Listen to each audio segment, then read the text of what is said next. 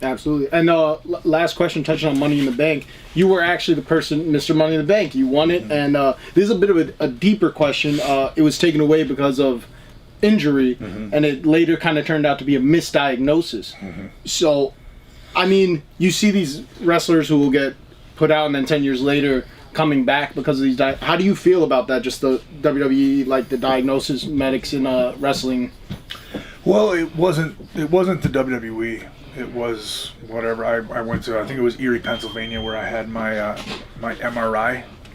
So they gave me I was a Money in the Bank winner. I had the briefcase with me, which means you're entitled to a match of your choosing with any champion, right? Within 365 days, right? And I remember I left SmackDown. I was riding with Matt Hardy. I get a phone call from Michael Hayes. Where are you? We're 10 minutes down the road. Come back. Vince needs to talk to you in his office. So I come back, and I remember walking down the hallway, and Batista was coming out of Vince's office, and he just came up to me and he like gave me a big hug.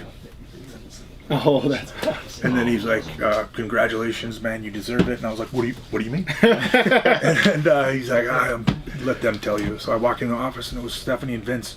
And Vince just said, "Look, Taker's hurt. We were gonna have Taker keep the championship for a long time, and he's injured, and we need to get it off of him. So next week, we tape SmackDown on Tuesdays.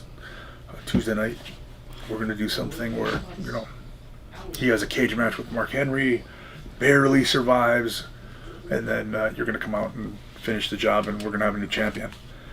And then I went home. I had a couple days off, and then the very next time I worked, we were in Poughkeepsie. We were in Poughkeepsie doing a double shot. And the first show, I was in the ring. It was like a 6-man tag, and Batista pulled me in for a clothesline, just a little short clothesline. And I felt something pop in my triceps. Rolled out to the floor. Finley was out there. He looked at me. He goes, "That's not good." And by the time I got downstairs, it was already like turning colors, which is crazy because you know, like bruises take a while.